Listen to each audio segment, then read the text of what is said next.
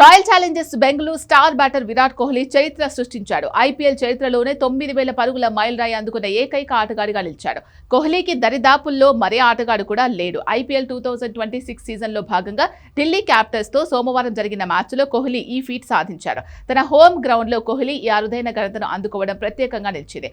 ఈ మ్యాచ్ కు ముందు ఈ మైలురాయికి 11 పరుగుల దూరంలో నిలిచిన కోహ్లీ అక్షర్ పటేల్ బౌలింగ్ లో సింగిల్ తీసి ఈ ఘనతను అందుకున్నాడు.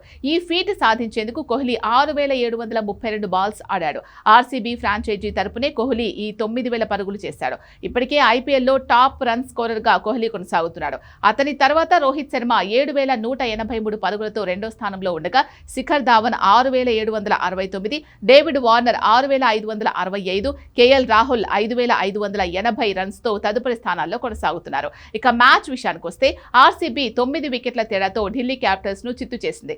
81 బంతులు మిగిలి ఉండగానే లక్ష్యాన్ని ఛేదించిన ఆర్సీబీ ఐపీఎల్ చరిత్రలోనే రెండో అతిపెద్ద విజయాన్ని సొంతం చేసుకుంది. ఈ మ్యాచ్ లో తొలుత బ్యాటింగ్ చేసిన ఢిల్లీ క్యాపిటల్స్ 16.3 ఓవర్లలో 75 పరుగులకు ఆలౌట్ అయింది. అనంతరం ఆర్సీబీ 6.3 ఓవర్లలో వికెట్ నష్టానికి 77 పరుగులు చేసి సునాయాస విజయాన్ని అందుకుంది.